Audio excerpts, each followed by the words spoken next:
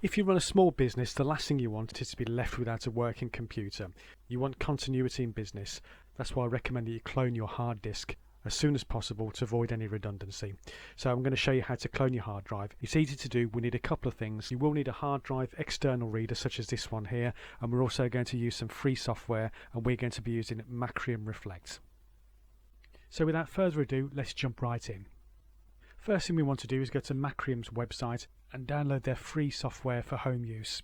So we're going to go to home use, we're going to click onto that, we're going to download the software onto the computer.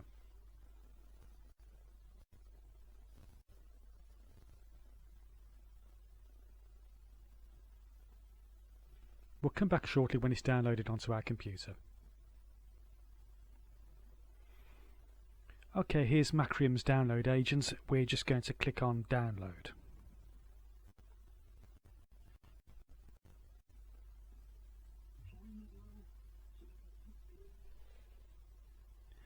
And now Macrium's going to install the files onto our computer. Let's click on next.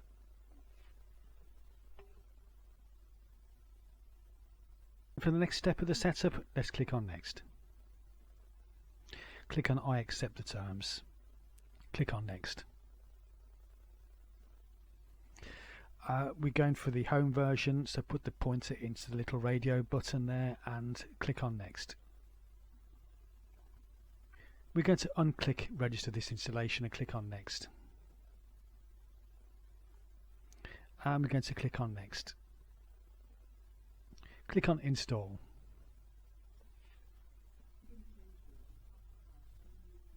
We finish with the setup process. We can now launch and click on finish. So Macrium Reflect is now installed on our computer. This is the interface we're confronted with here. We're going to just minimize this for now. We're going to take a look at the hard drive enclosure now, which you're going to need in order to transfer the files from your computer's PC to the external hard drive. Okay then, so here we've got our external hard drive enclosure, and here's our replacement drive, or our donor hard drive. We're going to plug the drive into the enclosure. You can use 2.5 inch or 3.5 inch with these enclosures. Make sure it's plugged into the mains, and then the other end needs to be plugged into your computer. It's USB, plug it in. Once that's plugged in, turn the external hard drive on and wait for your computer to recognise the hard drive. So we've got our donor hard drive plugged into the enclosure, and Macrium Reflect here shows us that we've got the hard drive plugged in here. This is our main hard drive on our computer, and we're going to be cloning this and putting it onto the external hard drive here. So as we can see, our computer hard drive, the C drive, has got two partitions on it, and what we're going to do is we're going to clone both these partitions, which has got the operating system Windows 10 on it as well, and we're going to be putting it onto this new external hard drive here. So it's as simple as click on clone this disk. So let's click on that. Okay, it's just going to check to make sure that we're doing the right thing.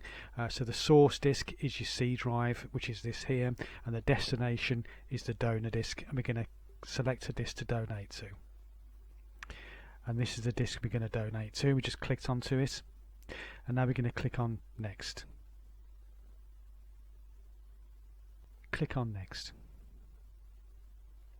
Okay, here's a summary. Just go through the summary to make sure you're doing the right thing. So the source disk, just make sure that's your internal hard drive, and the destination disk is our donor hard drive.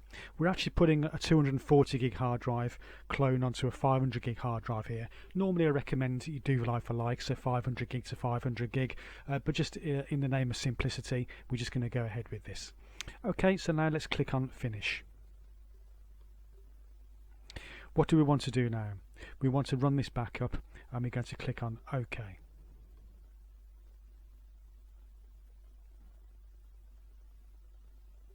So it gives us a final warning here. We're going to click on, it's telling us that all target volume data will be overwritten. We've got to confirm to proceed. So we're going to put a tick in the box here, and we're going to click on, continue.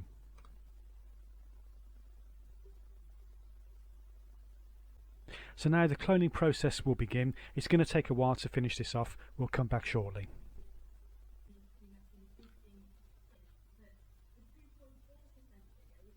Okay, so Macrium has now finished cloning our hard drive.